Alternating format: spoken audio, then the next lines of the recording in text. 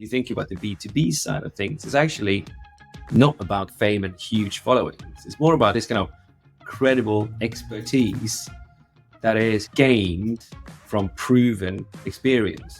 So they don't have to have the biggest following, it's just the right following. This is Revenue Makers, the podcast by 6 Sense, investigating successful revenue strategies that pushed companies ahead. Hey, Adam. What's going on? When's the last time you were influenced by something online and actually bought it? Well, I've always taken that if it's on the internet, it must be true. So I buy a lot of things that people on the internet tell me to do. So no, but seriously, in the B2B side of the things, I mean, influencer marketing has been around forever and is a huge, booming business. It is. And this is another area where B2B rather, is catching up to B2C.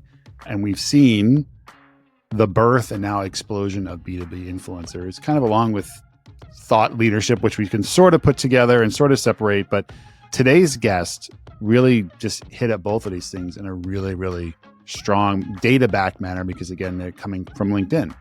And we have Fredrik Borestrom, who he's got a dual role, actually. He runs all of agency development in EMEA and LATAM for LinkedIn, agency partners across, it's a pretty large swath. He's also the chair of the UK chapter of the International Advertising Association. So he's got really interesting perspective on both of these topics. I agree. And I think he really gave a nuanced view of the influencer explosion in B2B, because yes, there's influencers, but does it always have to be, right? There's an employee advocacy component here. There's rich thought leadership content. There is niche influencing that's happening within industries and within, even certain verticals. So it was a great POV. And of course, he's got a research report that LinkedIn worked on with Edelman around the impact of influencers in B2B and what's really working well and what maybe isn't. Yeah, a lot of great insights, a lot of actionable tips as well. So let's do it. Let's do it.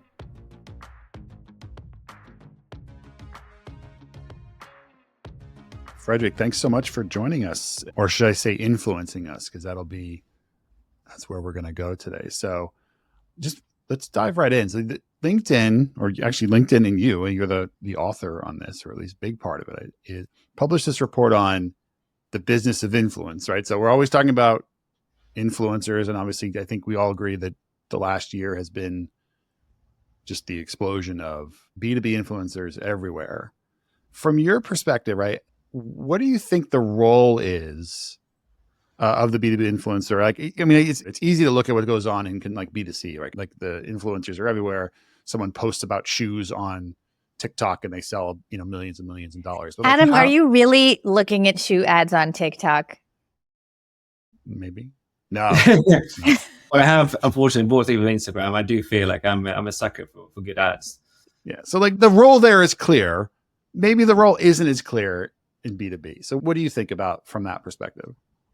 No, thank you, Adam. Thank you so much. Delighted to be here. And yeah, it's this concept of B2B influence and thought leadership is definitely something that we as LinkedIn have been looking a lot into. And just for clarity, I was definitely not the co-author of the research that is done by people much smarter than me, customer science organization led by Mel First. But I have read it from cover to cover, and it's definitely a really interesting piece of work. And first of all, like the kind of role of B2B influencers and content creators, I can only see they're becoming more and more important as we kind of go through this year and years to come. It almost feels like this is finally the year of the mobile, which was kind of something we talked about years ago. And now I think that this probably is the year of the kind of B2B influencers. First of all, the creator economy is estimated to be $500 billion by 2027. Given that B2B is basically 50% of all business, this is an incredible opportunity for us as a sector. And we as kind of B2B marketers, the thing that we need to do is to get a group of people in a buying group to reach consensus and make a decision, which is incredibly hard, right? It's kind of one of the most difficult things any marketer can do. Selling shoes on TikTok is relatively easy, but getting 23 people to kind of agree on a new CRM tool or something is incredibly difficult. So when we know that content and thought leadership from experts that resonate incredibly well with the entire buying group is already today really important, and it will become more and more important as we can move forward. And as you mentioned, we've seen it have a massive impact in B2C. And, B2B buyers are humans at the end of the day. Like, we don't just, take off our hoodie and shorts when we cannot go into work. We put on our suits, right? Like, the way that we consume media, the habits we have when we decide on what consumer goods to buy will transmit and transfer over to how we make business decisions. So definitely feel like it's another really important tool in kind of our customers and our partners' toolbox to make sure that we do what's right with. Absolutely. And, Sixth Sense research shows, we released a B2B buyer's experience report earlier this year, and it showed that 81% of the time, B2B buyers have already picked out their preferred vendor before they reach out to somebody, which again, just goes back to what you're seeing in this Edelman LinkedIn report around trust-based engagement. One really interesting stat in there was that 73% of decision makers trust thought leadership more than traditional marketing materials. I mean, are we doing it all wrong at this point? Why do you think decision makers are putting so much weight on this type of content? Yes, I don't think we've done it all wrong, to be honest. But I guess we can also kind of tweak what we do, right? It's all about marginal gains. How can we just become 1% better every single day when we kind of go to work, right? And as I said, time and time again, we've seen the research. People trust people rather than companies, right? They trust experts and their peers more than what a faceless organization is sharing. So definitely, it's where we can have the most influence. They also want to feel safe with the decision they're making, right? And if you see experts in your field, peers that you have that you now have worked with, or general kind of thought leaders in your field, you feel more reassured that the decision you're making is right.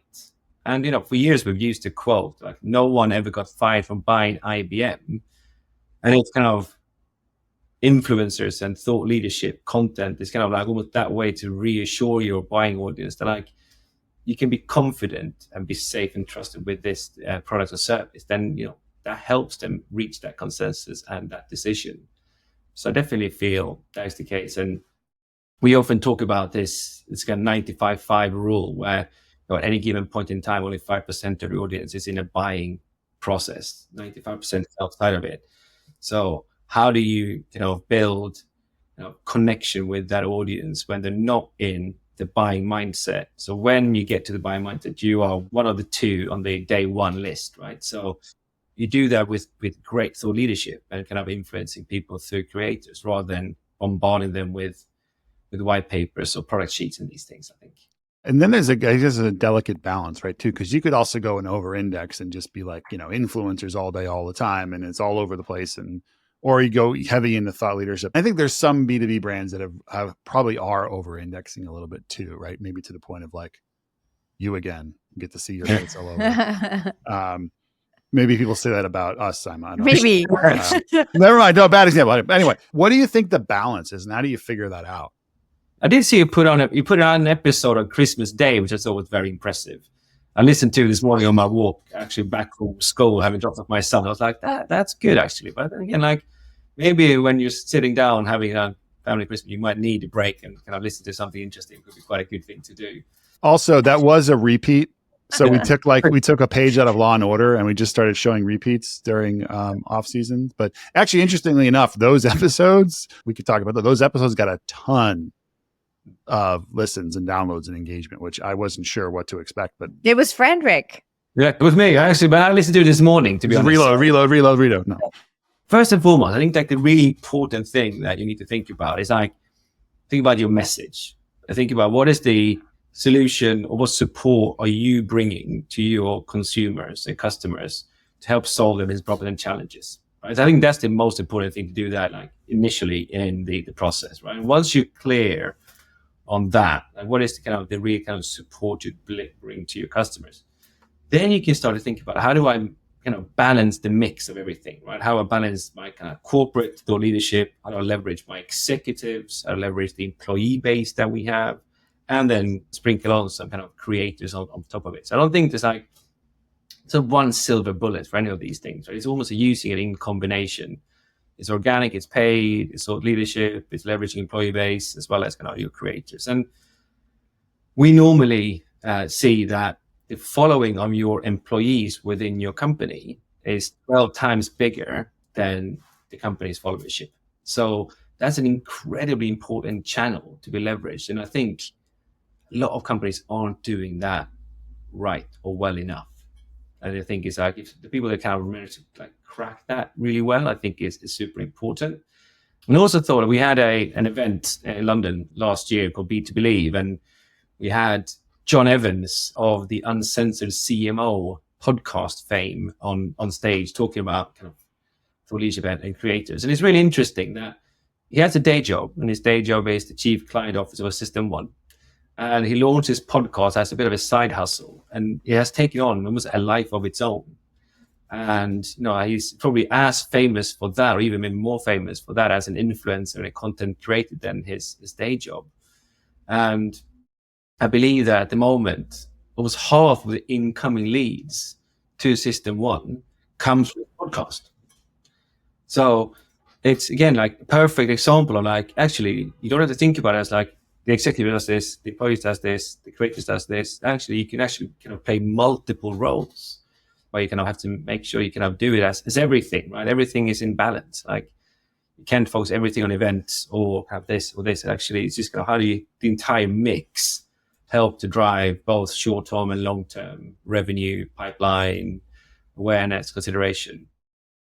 Yeah, totally. And I think that's probably the most important point, right? It's not one versus the other, or even just one form of thought leadership and influencing on the marketing side. It really is that combination. I joked earlier, right? Are we doing it all wrong?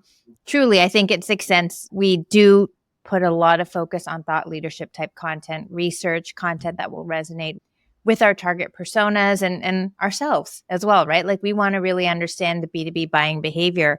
But why do you feel that so many companies are under resourcing and underutilizing that channel, right? Thought leadership efforts.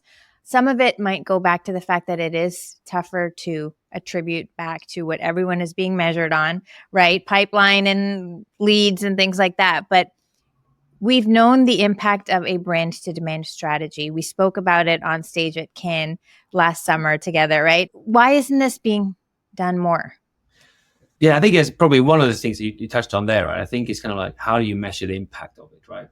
It's probably not the easiest thing to kind of put into an attribution model and you get like the right thing out. But then maybe using an attribution model full stop might not be the right thing to do either, because you probably don't thing in there, which is something I learned from that episode on Christmas Day. One of the biggest mistake I see is kind of like, again, kind of going back to think about the audience that you're trying to convert and work with, right? And what is the thing that really matters to them?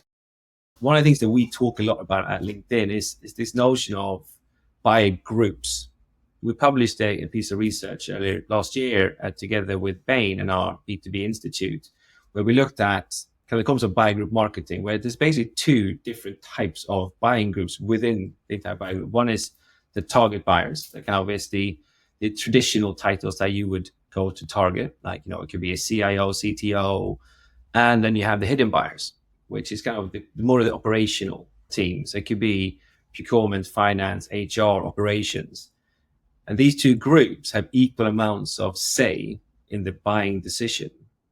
But what's relevant to them are two completely different things, where the target buying group are more about, they want to see the data, they want to see the specs, they want to make sure that the technology they buy is, innovative and cutting edge and all these things, where the hidden buyers are all about trust, safety, brand. Like, again, I don't want to kind of lose my job because we made this decision. So if it's like something that my peers are happy with, things I'm reassured that it's actually a trusted product, that like if I pick it, no one can point a finger at me and say like, you picked the wrong solution, then they're convinced. So they're happy to pay a higher price for a product with less features if the brand is something that they know and the whole buying group knows from day one. So when you think about it, actually, that's kind of how you can then have different content, different messages appealing to these two buying groups. So maybe in a way, like the kind of the corporate thought leadership and the white papers and the kind of the data heavy side is brilliant for the target buyer when they're in that kind of mindset, where like maybe like the kind of the more brand focused, trust and safety focused content that you can maybe do through other executives or through creators speaks at hidden buying groups. So then all of a sudden you hit that full spectrum. I think so that is really interesting, and kind of how you also can think about like where you do what and where in the funnel do you kind of apply some of these strategies, and within the audience, where do you want to kind of resonate. So I think that's kind of where you can always think about having different pieces of content play different roles.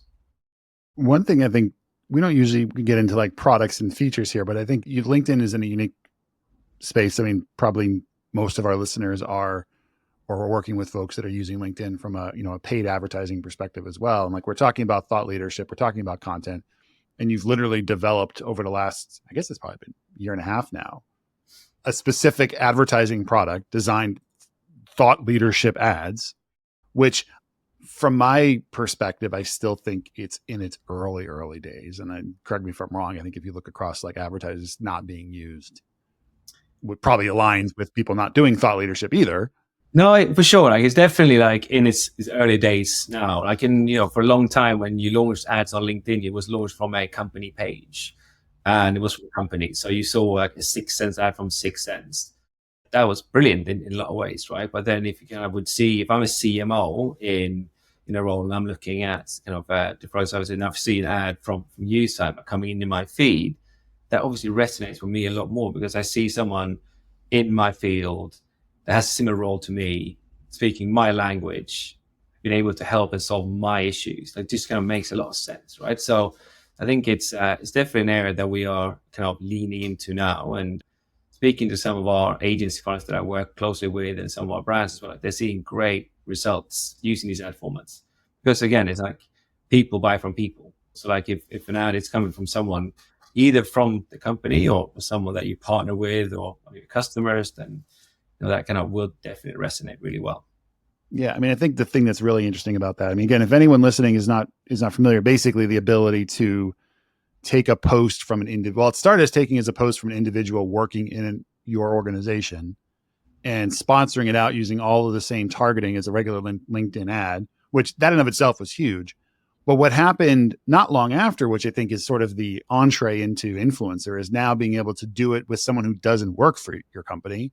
They can allow you. So if, I'm working for the shoe company that I have my side hustle saw on with, TikTok. I saw on TikTok, Yeah. I could give them permission to post my fashion show video of my feet. Okay, never mind. And then it goes out, and the thing that's the thing that's really interesting to me is that you've built it in such a way that it's subtle, where it's like you see it, not so huge letters like sponsored by or brought to you. I forget the exact term, 6 cents, whoever the company is, but like that's got so many really interesting use cases. Obviously, just pure like somebody with a lot of followers, you're bringing them in, but also credibility for like testimonials and all that. So like that feature to me is so well in line with this conversation, the idea of influencers. I mean, I'm curious what you're going to do next with, I'm sure there's all sorts of fun things on the roadmap for that, but that also just seems untapped. So I think it's to anyone out there, like really look into this stuff because it's really powerful. And I know I can speak from our own results in 6 cents, like the numbers speak for themselves in terms of the ability to drive engagement. You can have someone else who actually uses it rather than myself. And it kind of goes back to what we talk about, right? Like an influencer in its own right, being able to talk or praise your product, which is perfect. And I think it's a super exciting area for us. And I can only see that growing and growing. And I'm sure when we get to Cannes again this year, there'll be more things that we can talk about in terms of enhancements of it. Like video is a massive play for us at the moment. And I'm sure there'll be more things coming in the kind of creative thought leadership area. And I think, as you said, like the biggest difference, if you think about B2C and B2B, is that in B2C, it's all about fame, right? So you want to get like the big celebrities to kind of endorse your product. And that is often painfully expensive. And maybe like you also have to think about like you're hitching your brand to that person's wagon, and like, have you done all the diligence with this person? Like, do you know kind of if they're going to send another kind of tweet out which is kind of not aligned with your brand values? And then you think about the B2B side of things. It's actually not about kind of fame and huge followings. It's more about kind of this kind of credible expertise that is kind of gained from proven experience. So they don't have to have the biggest following, it's just the right following. So I remember working with one of Aiden's partners in Israel, and they kind of built an influencer network in cybersecurity. It's a massive industry, but quite a niche following, right? So you don't have to have millions of followers there, but if you have the right people that are in this space, they're all seen as thought leaders, then like you're in the right way. So finding those kind of thought leaders that are kind of in the sector or in the sectors that you want to reach, I think is going to be really important. Completely agree. And at the end of the day, it all really comes back, no matter who is doing it, who is promoting it, who is sharing it, if it's an influencer, if it's an employee, comes back to just great content, really high quality content that can drive engagement, drive sales, and even really command premium pricing for you as a company. Fredrik, do you have examples or, some key characteristics of thought leadership or influencer content that really stood out as great? Yes, I think one thing that still kind of resonates with me that I heard about was, I think you were there, Simon, as well, right? At a B2B brand summit in London with the International Association. And Anna Bosalopo from Kindrill talked about this campaign that they ran, a kind of an amazing case study of an organic campaign they ran, which was called Kid to Kindrill, where they basically asked their employees to share stories about them as kids and how their journey and their interests and experiences have brought them to Kindrill, how they are kind of merging their passions with kind of what they're doing. It was a great campaign. It is incredible, absolutely incredible. And actually, like I did a bit of research for today, and I just kind of looked at they won an award. So I kind of saw the agency that won it for them, and they had about 400 posts in the first 10 days of the campaign, like 600,000 impressions, 71,000 engagements, and it was like a 500% increase in what they normally get. And I think Anne mentioned that someone from LinkedIn got in touch with them saying like, there's something wrong. Something is happening. It's too much engagement. They're like, no, it's our employees. That's, for me, it's a purely organic campaign that just took off and just had a huge impact. That's the kind of, and it used again, like your employee base, good content when it comes to like folks or kids is always a good thing, right? That for me was a really, really good example of someone who's being utilizing this in a really good way.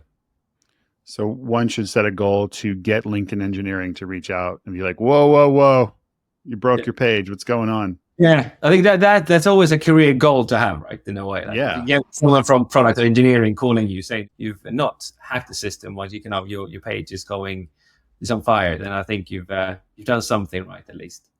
Yeah, no, absolutely. For brands out there that are like, okay, this is great, where do I start? I think that cybersecurity is a really good example too, right? Because it's niche, but how do you identify or figure out one, I guess, does it make sense for your brand? I guess there's certainly going to be brands where influencers probably don't make sense, or at least there's not a very clear path to it. But what's a really good way to get started, to think about it, to dip the toes, so to speak, in the water for a brand that's thinking about this? I think it kind of goes back to kind of what we talked about before. I think that first and foremost, like go back to like the basics. Think, okay, what is the business problems, the challenges or pressures that you are best placed to solve for your customers, either if it's existing customers to protect what you already have or appeal to new ones. And that's the kind of the insight that you should base your content strategy on. And then how do you then kind of start to leverage your executives, your employee base to amplify that message, both kind of driving organic and then kind of putting paid activities behind it. So you kind of think about what do we see resonating, how can we then kind of boost that and then kind of drive it. And then when you think about kind of the creator's strategy, like again, focusing on working with creators that align well with your brand, with the audience that you want to reach in kind of a trusted, authentic and credible way.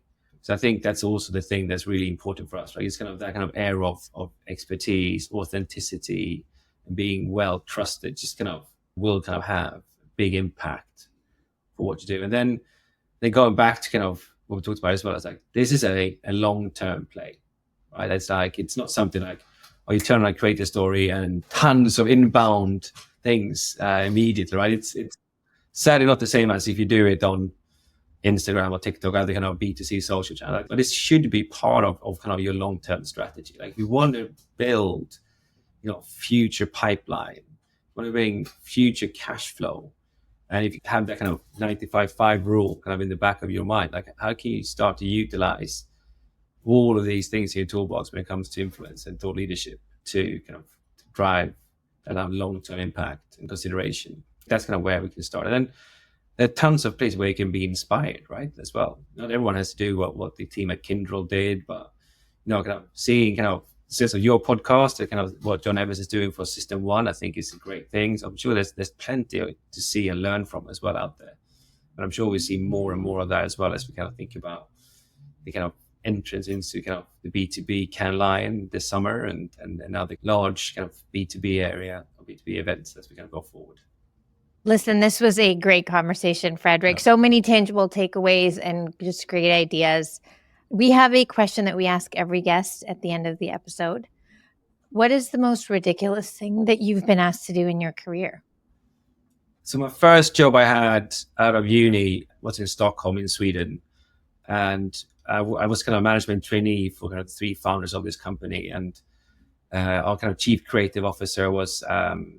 he loved giving away very good Christmas presents that was kind of quite impactful. So one year he asked me to source give away an eighth of a Parmesan cheese to our kind of 200 biggest customers in the Nordic region.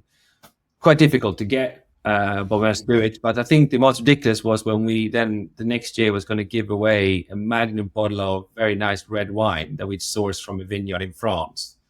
So we got it delivered from the vineyard in France to Copenhagen, where we had an office, and then we distributed it to Denmark, Sweden, and Finland from there, which was very easy because we were all in the EU, so we could distribute wine easily, readily across those markets. But Norway is not part of the EU, and we had 80 customers in Norway, or 100 customers in Norway that we were going to give wine to, and we could basically legally bring in one bottle because it's 1.5 liters. So I had to convince the MD of our company to drive at 3 a.m. from Gothenburg with 100 bottles of magnum bottles of red wine covered by blankets.